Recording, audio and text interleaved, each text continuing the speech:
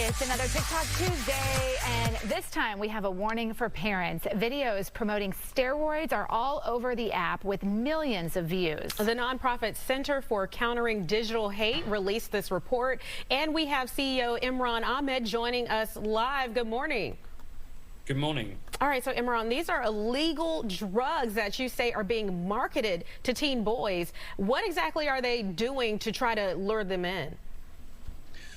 Well, they're doing three things. The first thing is they're telling them that they're not good enough as they are. That to be a real man, you have to have a sort of a Captain America physique, which is, of course, unattainable for the vast majority of people without assistance. And I mean medical assistance through things like steroids, peptides, and something called SARMs. Now, these three classes of drugs, these influencers are also promoting those particular drugs, telling young men that it's safe to take them, don't worry about it.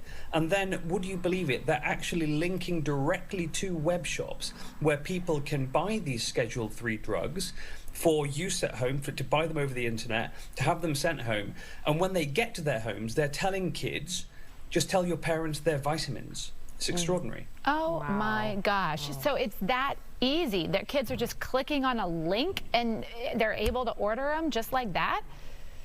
Yes, of course. And look, the truth is that it's all a sort of a seamless, integrated process. But fundamentally, what it preys on is young people's sense of, you know, maybe I'm not good enough. And we all remember being young. I remember sort of feeling like there's other people who look better than me. Will I ever get on in life? And what these people are saying is that the real test of manhood is not being kind, being decent, being financially responsible. It is actually having enormous muscles, the kind of physique that's only possible really through the use of drugs. And then telling them how they can get those drugs, how to conceal them, using real emotional blackmail as well. So telling young men, look, in World War II, 17-year-olds would lie about their age to go to war. Are you too much of a wimp to take steroids today to get the body you want? You know, really manipulative stuff. Imran, are these videos tied to certain hashtags that you've been monitoring? Yeah, we found that they were tied to a series of hashtags. We detail them in our report on our website, counterhate.com. We also have some recommendations for parents as well and for lawmakers, because this is a serious problem. In total, those hashtags in the US had 587 million views, 420 by 18 to 24-year-olds. Now, here's the dirty truth. TikTok have hidden the ability to find out how many children are seeing it. So they've actually removed that data because they don't want us to know just how many kids have been infected with this nonsense too.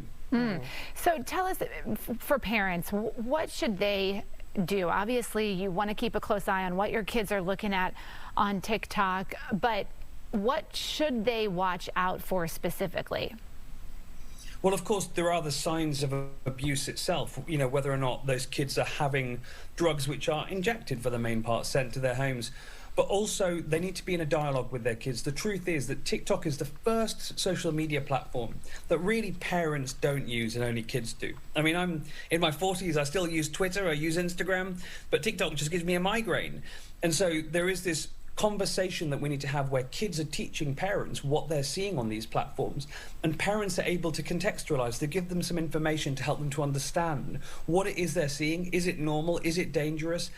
And that way, what we can get is the trust that's required for kids to be able to survive in this social media environment. A social media environment that, frankly, lawmakers and law enforcement should be doing something about. But until now, they've been too busy to actually get around to fixing platforms like TikTok. All right, well, Imran, we got to go, but I do want to point out that TikTok says your research is skewed, that it doesn't take into account positive videos that talk about the side effects of steroids or recovery from the drugs. But this is something to be more mindful of. So thank you for bringing this to our attention.